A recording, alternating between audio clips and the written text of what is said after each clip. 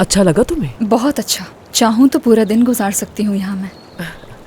वाकई खूबसूरत तो बहुत है। अक्सर ये सब कुछ हासिल करने के लिए लोगों को बहुत मेहनत करनी पड़ती है।